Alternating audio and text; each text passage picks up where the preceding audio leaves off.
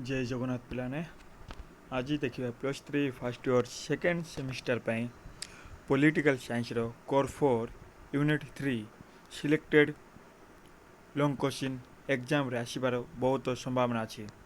Explain the composition and functions of municipality नगरपालिकार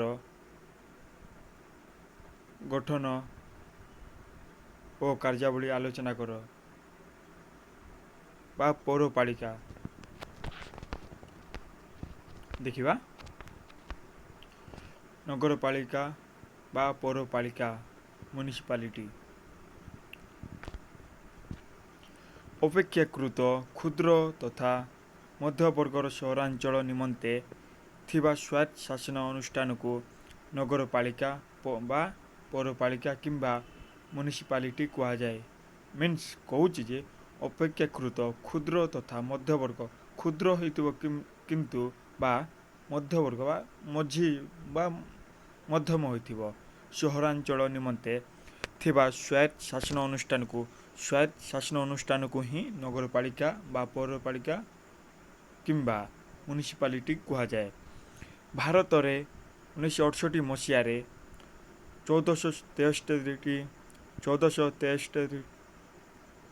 1473 T O 1990 1770 नगरपालिका रही। स्वाधीनता पूर्वर ओडिशा रे 8टी नगरपालिका थिला। 1 मार्क रे आसीबो स्वाधीनता पूर्वर ओडिशा रे 8टी नगरपालिका थिला।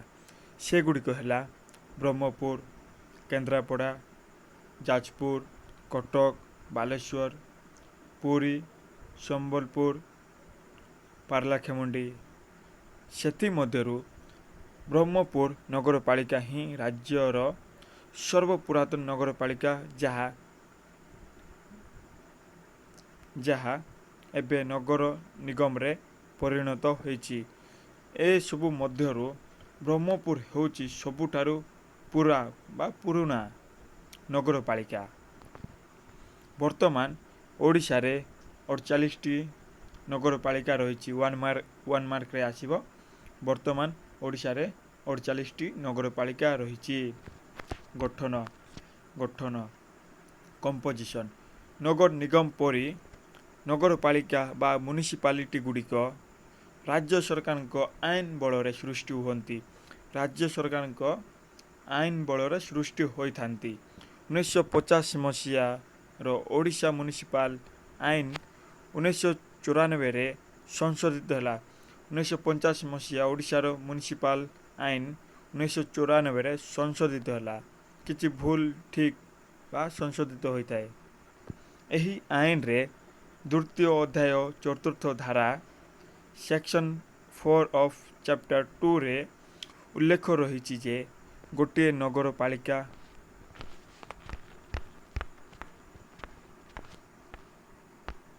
बा म्युनिसिपालिटी गठन निमंते सर्वनिम्न जनसंख्या 25,000 हेबा आवश्यक। गोटे म्युनिसिपालिटी गठन होगापाई सर्वनिम्न जनसंख्या 25,000 हेबा आवश्यक। अर्थात 25,000 रु 3 लाख मध्य जनसंख्या थिबा सहर मानकरे नगरपालिका प्रतिष्ठा करा जाई परिबो। 25,000 रु नहीं किना 3 लाख मध्य जनसंख्या जो सहर रे रही थांती सेठारे नगरपालिका गोटे प्रतिष्ठा होई परिबो। प्रत्येक नगरपालिका केतोटी वार्ड रे विभक्त होता है। किछिटा वार्ड रे विभक्त होता है प्रत्येक नगरपालिका। ओडिशा म्युनिसिपल आईन रो द्वितीय अध्याय रे 12 धारा अनुसार नगरपालिका वार्ड संख्या 11 रु कम और 40 रु बेसी होई परिबो नाही। धारा 12 अनुसार कहा जायछि जे नगरपालिका वार्ड संख्या 11 रु कम और 40 रु बेसी होई परिबो नाही। मोट नगरपालिका आसन 1/3 महिला मानक पाए संरक्षित रहे। सेति मध्यरु 1/3 महिला मानक पाए संरक्षित रही अछि। तेबे ओडिशा रो महिला मानक पाए एही संरक्षण हार हेउची 50% भाग। अनुसूचित जाति ଓ ଅନୁସୂଚିତ ଜନଜାତିଙ୍କ ଜନସଂଖ୍ୟା ଅନୁପାତରେ ସେମାନଙ୍କୁ ନଗରପାଳିକା ପରିଷଦରେ ସଂରକ୍ଷଣ ମିଳେ। ନଗରପାଳିକା ପ୍ରତ୍ୟେକ ୱାର୍ଡରୁ ଜଣେ ଲେଖାଏଁ କାଉନସିଲର ଜନସାଧାରଣଙ୍କ ଦ୍ୱାରା ସିଧାସଳଖ ନିର୍ବାଚିତ ହୁଅନ୍ତି। ନଗରପାଳିକା ପ୍ରତ୍ୟେକ ନଗରପାଳିକାର ପ୍ରତ୍ୟେକ ୱାର୍ଡରୁ ଜଣେ ଲେଖାଏଁ କାଉନସିଲର ଜନସାଧାରଣଙ୍କ ଦ୍ୱାରା ଜଣେ ଲେଖାଏଁ କାଉନସିଲର ଯିଏ ଥିବେ କାଉନସିଲର ତାଙ୍କେ ଜନସାଧାରଣଙ୍କ ଦ୍ୱାରା ସିଧାସଳଖ ବା ପ୍ରତ୍ୟକ୍ଷ ଡାଇରେକ୍ଟ ଭାବରେ ନିର୍ବାଚିତ ହୋଇଥାନ୍ତି।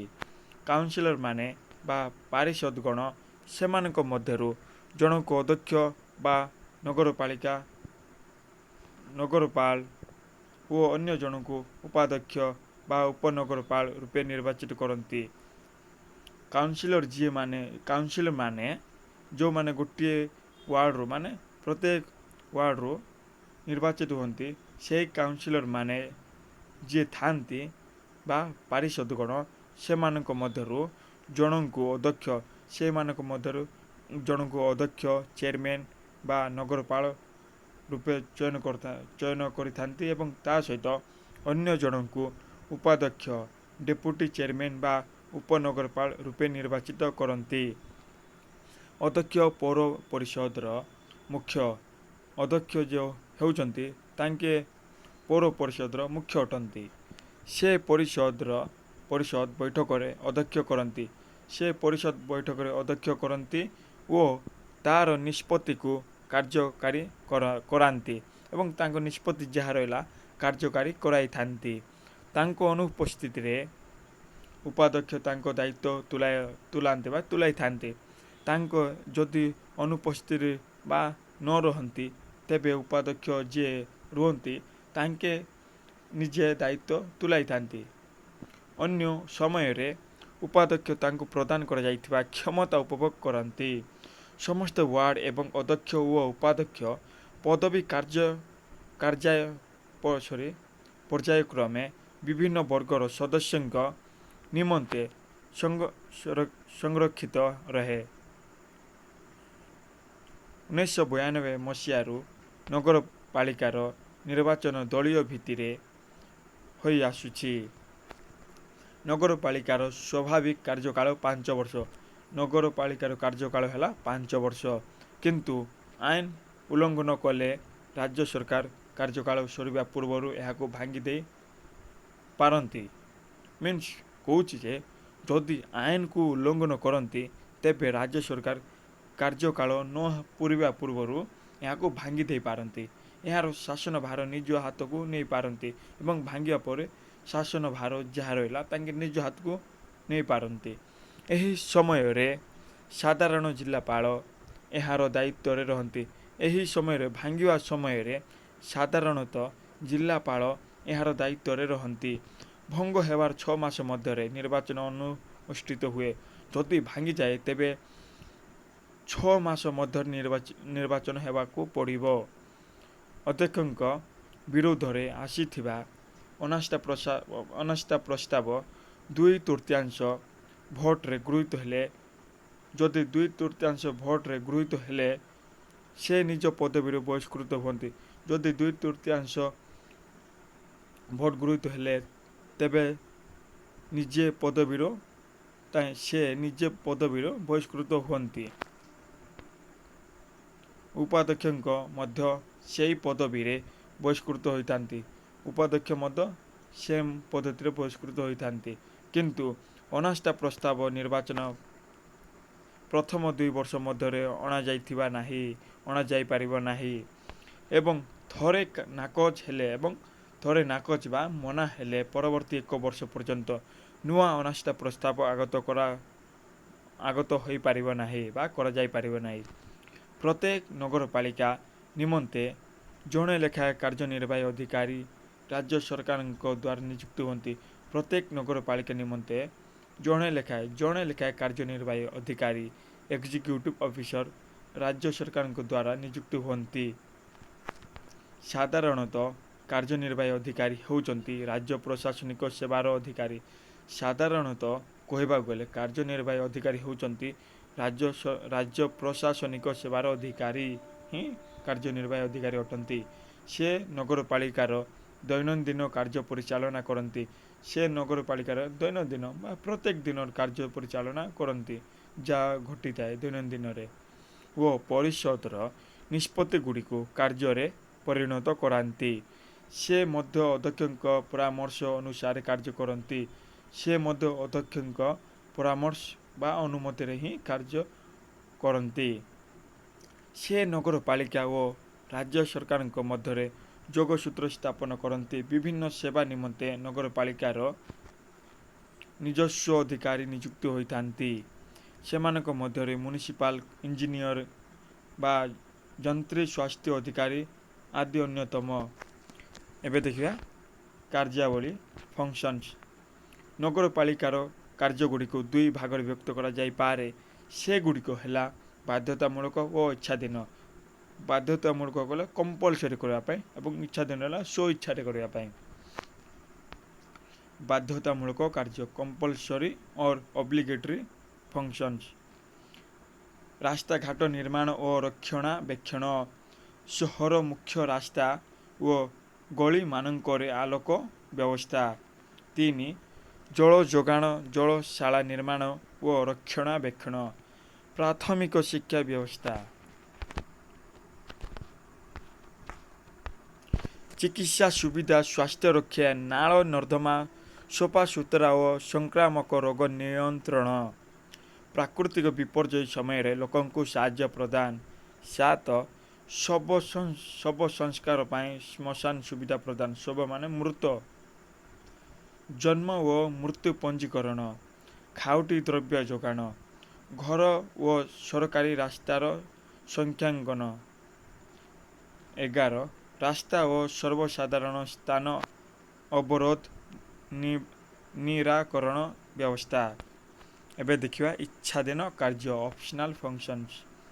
ସର୍ବସାଧାରଣ ପ୍ରମୋଦ ଉଦ୍ୟାନ, ବଗିଚା, ହାଟ, ପାଠାଗାର, ସଂଗ୍ରହାଳୟ, ରଙ୍ଗଶାଳା ଆଦିର ପ୍ରତିଷ୍ଠା ଓ ରକ୍ଷଣାବେକ୍ଷଣ। ପଥ ପାର୍ଶ୍ୱ ବୃକ୍ଷରୋପଣ। ପରିବହନ ଓ ଗମନାଗମନ ସୁବିଧା। ଗରିବ ଲୋକଙ୍କ ପାଇଁ ବାସଗୃହ ବ୍ୟବସ୍ଥା। 5. ମନୋରଞ୍ଜନ ମେଳା, ପ୍ରଦର୍ଶନୀ ଆଦିର ଆୟୋଜନ ଓ ପରିଚାଳନା। ବିପଜ୍ଜନକ କୋଠାବାଡ଼ି ଅପସାରଣ। ଲାଷ୍ଟ। ପାଗଳ କୁକୁର ଓ ବୁଲା ଗୋରୁ ଗାଈଙ୍କ ଦାଉରୁ ଜନସାଧାରଣଙ୍କୁ ସୁରକ୍ଷା ପ୍ରଦାନ। ଏହା ଥିଲା ଗୋଟିଏ ସିଲେକ୍ଟେଡ଼ ଲଙ୍ଗ କୋଶ୍ଚିନ୍। ମୁଁ ଭାବୁଛି ଆପଣମାନେ ବୁଝିପାରିଥିବେ। ଯଦି ଏହି ଭିଡ଼ିଓଟିକୁ ଥରେ ୱାଚ୍ କରିଛନ୍ତି ତାହେଲେ ଆପଣମାନେ 2-3 ଥର ୱାଚ୍ କରନ୍ତୁ ଏବଂ ଭଲ ଭାବରେ ବୁଝିବା ପରେ ଆପଣଙ୍କ ଫ୍ରେଣ୍ଡସ୍କୁ ଏହି ଭିଡ଼ିଓଟି ସେୟାର କରନ୍ତୁ, ଯାହା ଯଥାଶୀଘ୍ର। ଧନ୍ୟବାଦ। ଜୟ ଜଗନ୍ନାଥ। ଏବଂ ଶେଷରେ ସବସ୍କ୍ରାଇବ୍ କରିଦିଅନ୍ତୁ।